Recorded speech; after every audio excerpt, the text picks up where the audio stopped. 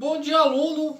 Vamos para a semana 6 da apostila. Nós vamos falar sobre o avanço democrático no Brasil, graças a Deus, né? Depois que o Collor saiu, renúncia, o Itamar Franco entrou no seu lugar para completar o mandato. Então ele ficou de 92 até 94, porque era o mandato do Collor. E as principais ações do Itamar, Itamar foi fundamental para a estabilidade da economia e da sociedade brasileira. Ele fez o Plano Real, o plano que finalmente estabilizou a inflação no Brasil. Ele conseguiu equiparar R$1 a $1. Hoje nós sabemos que está batendo 5, né? Mas com uma série de investimentos em infraestrutura e investimento econômico, ele conseguiu parear e recuperar a economia brasileira, Plano Real, e erradicamos a inflação no Brasil, que era um grande problema. O ministro que fez esse Plano Real é o FHC, Fernando Henrique Cardoso. E quando as eleições para a presidência da República se aproximaram, o Fernando Henrique Cardoso, que ganhou crédito por esse Plano Real, vai ser eleito presidente do Brasil por 2 vezes, ganhando no segundo turno as 2 vezes do Lula. Então nós temos o mandato do Fernando Henrique Cardoso de 1995 até 2002. O que o Fernando Henrique Cardoso fez de importante? Ele fez uma transição econômica no Brasil. Por quê? O modelo econômico adotado pela ditadura militar tinha ficado ultrapassado pelo neoliberalismo. Então ele privatizou muitas empresas. E muitas empresas que eram do governo foram privatizadas, vendidas para a iniciativa privada, como por exemplo a Vale do Rio Doce e a Embraer. Tá?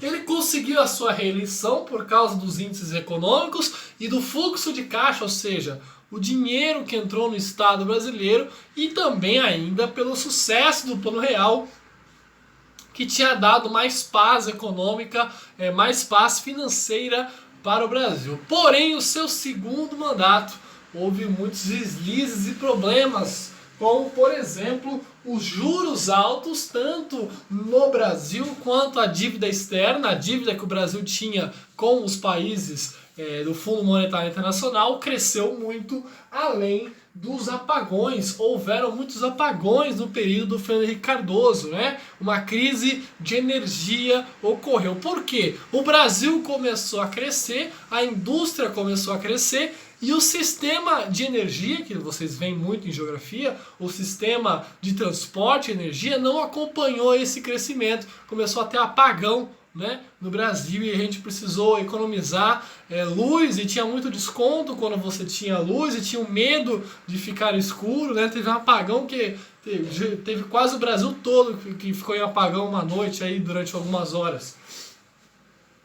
Bom, 2002, entramos aí no século XXI, o Fernando Henrique Cardoso tem um segundo mandato ruim e ele não consegue eleger o seu sucessor, o José Serra, para a presidência da República. O segundo turno foi entre o José Serra, candidato do Fernando Henrique Cardoso, e o Lula, que ganhou a eleição. O Lula disputou com o Collor, perdeu, disputou 2 com o Fernando Henrique Cardoso, perdeu, e aí o Lula ganha em 2002 e começa seu mandato em 2003. Havia uma esperança muito grande que o Lula transformaria o Brasil, transformaria a sociedade, a economia. Eu não vou entrar em critério político nem demonstrar minha opinião política aqui, eu vou direto vou falar sobre os fatos, né, do governo. Então havia uma esperança muito grande. E outra parte da elite tinha medo de que o Lula transformaria o Brasil em um país socialista, não é? Então vamos falar dos aspectos positivos e negativos do governo do Lula. Ele fez o Fome Zero, ele diminuiu, praticamente erradicou a fome no Brasil naquele período. Ele fez o Bolsa Família, que distribuiu um pouco mais de renda e gera conflitos, né, e debates até hoje, né, sobre o Bolsa Família. Só que o Bolsa Família, a ideia do Bolsa Família já existia no governo do Fernando Henrique Cardoso, que também dava um auxílio quando as crianças ficavam na escola e tal. Além disso, ele fez o ProUni, um incentivo a bolsas em universidades, não é? E, porém, houve, aí no final do segundo mandato dele, as primeiras denúncias de corrupção.